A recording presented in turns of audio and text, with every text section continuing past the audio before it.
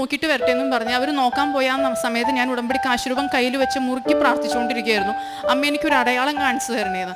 അങ്ങനെ ഒരു മലയാളി ലേഡിയാണ് എൻ്റെ അടുത്ത് ആദ്യം സംസാരിക്കാൻ വന്നത്. അപ്പം ഞാൻ അവരുടെ അടുത്ത് ഞാൻ ഈ കാര്യങ്ങൾ മുഴുവൻ പറഞ്ഞു. അപ്പോൾ അവർ പറഞ്ഞു, ഞങ്ങൾ നോക്കി നോക്കട്ടെ, എന്തായാലും മാഡത്തിന് എഴുതാൻ പറ്റില്ല, ഞങ്ങൾ വേറെ ഇപ്പോൾ സ്കൂളായ കാരണം ഒരു സ്റ്റുഡൻറ്റിനെ കിട്ടുമോ നോക്കട്ടെ, 11th or 12th ഉള്ള ആർട്സ് സ്റ്റുഡൻറ്റിനെ കിട്ടുമോ നോക്കട്ടെ എന്ന് പറഞ്ഞു. അപ്പം ഞാൻ അമ്മയോട് ഞാൻ മുറുകെ പ്രാർത്ഥിച്ചുകൊണ്ടിരുന്നു, അങ്ങനെ നല്ലൊരു കുട്ടിയെ കിട്ടണേ. കാരണം കുട്ടിക്ക് വായിച്ച് പറഞ്ഞു കൊടുത്ത് കുട്ടിക്ക് ശരിക്കും സമാധാനത്തിൽ പറഞ്ഞു കൊടുക്കുന്ന ഒരു കുട്ടിയാവണം. ധൃതിയിൽ വെച്ച് വായിച്ചു കൊടുത്തു കഴിഞ്ഞാൽ ഇത് ബ്ലൈൻഡായ കാരണം ഈ കുട്ടിക്ക് മുഴുവൻ മനസ്സിലാവില്ല. അപ്പോൾ അങ്ങനെ പ്രാർത്ഥിച്ച് ആ കുട്ടി വന്നപ്പോൾ ഞാൻ അതിൻ്റെ അടുത്ത് സംസാരിച്ചു തുടങ്ങിയപ്പോൾ രണ്ട് സെൻറ്റൻസ് കഴിഞ്ഞപ്പോഴേക്കും ആ മോൻ എൻ്റെ അടുത്ത് ഇങ്ങോട്ട് ചോദിച്ചു, ആൻറ്റി മലയാളിയാണോ എന്ന്.